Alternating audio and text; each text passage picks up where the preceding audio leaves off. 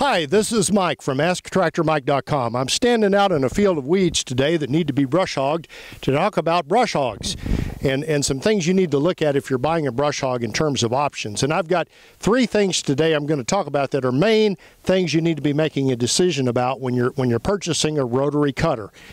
And the first option is rock protection.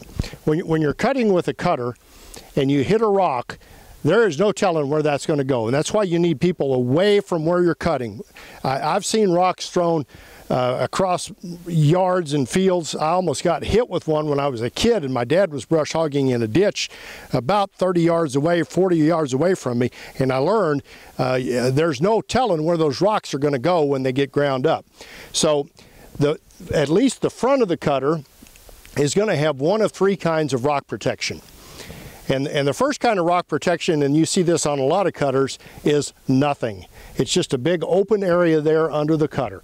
And the reason there's nothing there is because the dealer wanted to advertise the lowest possible price to you and get you in the door and sell you something. And so he left that off. He deducted that. And most companies make the dealer deduct that. They want to put either one of the other 2 forms of rock protection on the front, but the dealer deducted it, and that's pretty common in the industry. On my cutter, I have no rock protection under the front, and I'm okay with that because I kind of know my feels, and I keep my cutter up high so I'm not running into rocks. If you mow 4 inches or above, you'll miss all but the biggest of the rocks. The second form of rock protection is chains, and that's a row of vertical chains that hang from a rod, and what that does, it won't keep a rock from coming back at you, but it'll slow it down. When the rock hits the chains, it'll usually slow it down and make it drop to the ground. The advantages of chains is they don't wear out, and number 1, and number 2, they kind of let the air flow through there, and your brush hog needs air flowing through it to get a good cut and to get the material out. The disadvantage of chains, they're kind of expensive. They'll be the most expensive option. And the third option, and this is what you see on a lot of the bargain cutters, is a deflector or a flap. And what it is just a long piece of rubber that goes in the front and possibly at the back to slow the rocks down from coming at you.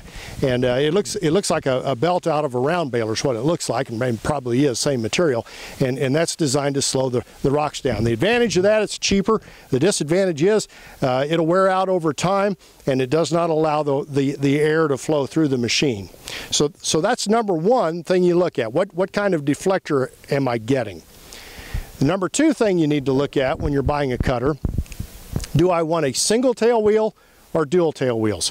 And on the smaller cutter, your only option is a single tail wheel. But when you get up to sometimes 5-foot cutters, often in the 6 and the bigger, do I want 2 wheels on the back or 1? And I've had a couple of questions recently about what's the advantages of dual tail wheels. And I'll tell you, when I was in the dealership, I don't think I ever sold a set of dual tail wheels. It was an option. I might have mentioned it to the customer, but they always went with a single. Well, the advantage of the single is it's cheaper. It's half the price. And if you have to replace that wheel, it's going to be a lot less costly. The disadvantage of a single tail wheel is a lot of times I find myself backing up to a tree to cut around it. If I had the dual tail wheels, I could back the cutter all the way up to the base of that tree and get it as it is. I end up having to miss the tail wheel and go on one side or the other, and that's a little bit of a hassle. The other advantage of dual tail wheels, if you have rough fields, and I have really rough fields, you're probably going to get a little cleaner cut because it's going to cover the contours of the field just a little bit better. So I personally, I've always had a single tail wheel, and I get along fine with that. If you really want a level cut and you want to be able to get a little closer to your trees than the single tail wheel, then maybe you want to opt for dual tail wheels. The last thing you need to look at when you're buying a cutter, and a lot of cutters will have one or the other, either a slip clutch or a shear bolt. And what that is a mechanism at the end of the PTO shaft before the gearbox, in case you hit something you shouldn't, to slip or give. So you're not killing the gearbox, the expensive gearbox, but you're either breaking a bolt or you're slipping clutches inside a mechanism that mounts right in front of the gearbox. And let's go over the advantages and disadvantages of slip clutch versus shear bolt.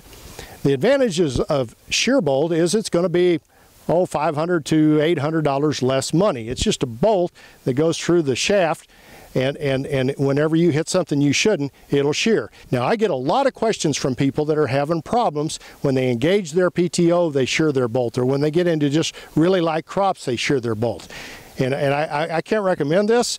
The owner's manual will always tell you the lightest bolt possible because they don't want you going out and destroying the cutter.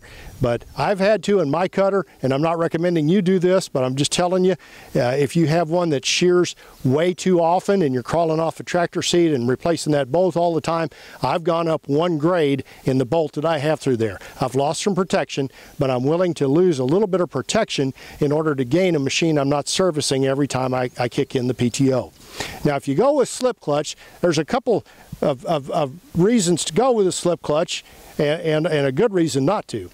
The reason to go with it is it's always there.